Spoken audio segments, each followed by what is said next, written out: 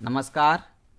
आज की क्लास में बात करने वाले हैं राजस्थान के लोक देवता पाबूजी राठौड़ के बारे में।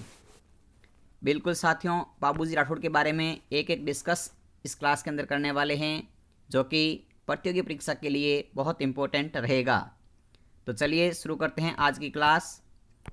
पाबूजी राठौड़ जो कि राजस्थान के लोक देवता के अंदर माने जाते हैं और प्रथम पूज्य लोक देवता भी है।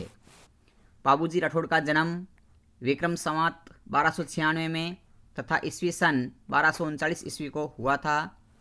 जन्म स्थान की बात करें तो कोलूमंड ग्राम फलोदी के निकट है, जोधपुर जिले में स्थित है। इनकी कोलूमंड ग्राम फलोदी जोधपुर में इनका जन्म हुआ था।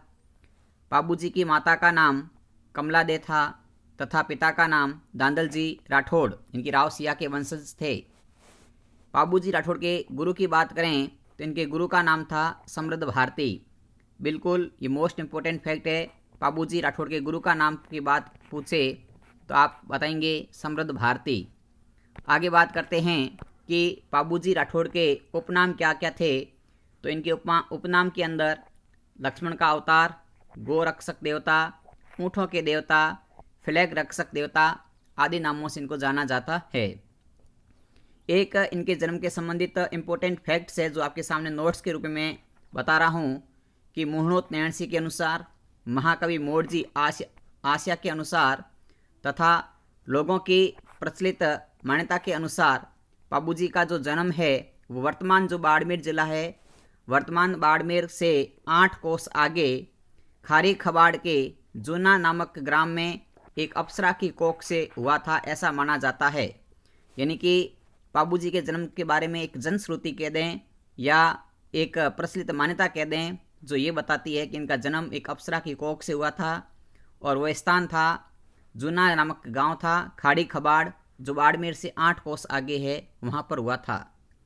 आगे बात करते हैं इनके बारे में।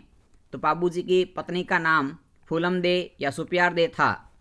यह अमरकोट के सोडा राजा सूरजमल सोडा की पुत्री थी। यानी कि फूलम दे अमरकोट के सोडा सूरजमल सोडा की पुत्री है, जिनके साथ इनका विवाह हुआ था।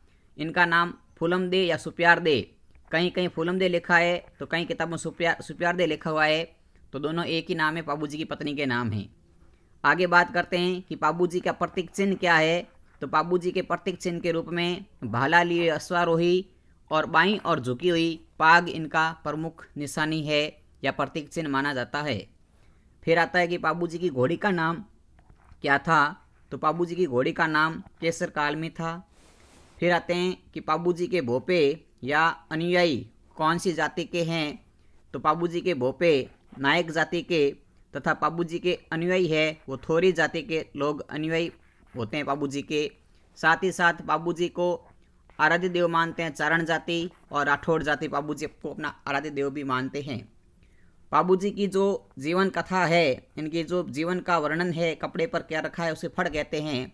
किसी भी लोक देवता के जीवन का सचित्र वर्णन कपड़े पर करना फड़ कहलाता है। और पाबूजी की फड़ है सबसे लोकप्रिय फड़ है। इनकी राजस्थान में सबसे अधिक अगर लोकप्रिय फड़ मानी जाए तो पाबूजी की होगी, जबकि सबसे लंबी मानी जाएगी तो देवनारायण जी की मानी जाएगी। पाबूजी की फड़ का वाचन रात्रि के समय करते हैं और नायक जाति के भोपे पाबूजी की फड़ का वाचन करते हैं। साथ ही साथ इनकी फड़ का वाचन करते समय एक यंत्र बजाते हैं, उस यंत्र का नाम है रावण हथा या इसको कहते हैं सारंगी। आगे बात करते हैं कि इम्पोर्टेंट फैक्ट है कि रबारी जाति के लोग, इनकी देवासी जाति के लोग पाबूजी के जब फावड़े गाते हैं तो वीर रस के साथ गाते हैं और एक यंत्र बजाते हैं, इसका नाम है माड वाद्य यंत्र। इनकी एक तो पाबूजी के फड़ में वाचन के समय रावण हत्ता यंत्र काम लिया जाता है, और जब पाबूजी के पावड़े या फावड़े गाए जाते हैं रबारी जाति के द्वारा तब एक यंत्र बजाते हैं, उसका नाम है माद वाद्य यंत्र। फिर आते हैं पाबूजी के सहयोगी या पाबूजी के मित्रों की बात करें तो इनके प्रमुख मित्र थे नायक जाति के थे चांदा, डेमा और हरमल। ये पाबूजी के मुख्य या प्रमुख साथी माने जाते हैं, जिनका नाम विशेष तौर से लिया जाता है चांदा, डेमा और हरमल। फिर आता है कि पाबूजी के जीवन के ऊपर एक ग्रंथ लिखा गया है, उस ग्रंथ का नाम है पाबू प्रकाश, और इस ग्रंथ के रचयिता की बात करें तो ये लिखा है आसिया मोरजी। इनके पाबू प्रकाश ग्रंथ के रचयिता कौन है? तो आसिया मोड़जी इनके रचयिता है। इसके बाद नेक्स्ट फैक्ट की बात करते हैं कि पाबू जी के एक बहनोई थे जिनका नाम था जिंदराव खींची। जिंदराव खींची के साथ पाबू जी ने 1276 ईस्वी में देवल चारणी की गायों की रक्षा करते हुए युद्ध किया और वो देचू गांव के अंदर शहीद हो गए थे। एक इम्पोर्टेंट फैक्ट है कि जब पाबू जी विवाह करने के लिए अमरकोट गए थे तब देवल चारणी से घोड़ी लेकर के गए थे और घोड़ी ले जाते समय उन्होंने एक वचन दिया था और उस वचन को निभाने के लिए पाबू जी ने देवल चारणी की गायों की रक्षा के लिए चौथा फेरा आधा छोड़ करके युद्ध करने चले गए थे। इसलिए आज भी पाबू जी के जो अनुयायी है वो 3.5 फेरे लेते हैं। ये बहुत इम्पोर्टेंट फैक्ट है। तो कि कौन से लोक देवता के अनुयायी आज भी विवाह में 3.5 फेरे लेते हैं? तो वह है पाबू जी के अनुयायी। यानी कि जो पाबू जी के अनुयायी है थोड़ी जाति या थोड़ी जाति के लोग वो 3.5 फेरे लेते हैं विवाह में आज भी। तो यह था पाबू जी के जीवन से संबंधित महत्वपूर्ण फैक्ट। एक एक क्वेश्चन आपने डिस्कस किया जो एग्ज़ाम की दृष्टि से मोस्ट इम्पोर्टेंट थे।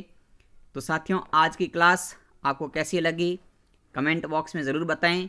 अगर आपको क्लास पसंद आई है तो इस क्लास को लाइक अवश्य करें, अपने सभी मित्रों तक शेयर ज़रूर करें तथा चैनल पर अगर आप पहली बार पधारे हैं या पहली बार भ्रमण किया है तो इस चैनल को सब्सक्राइब करके घंटी के निशान को अवश्य प्रेस करें।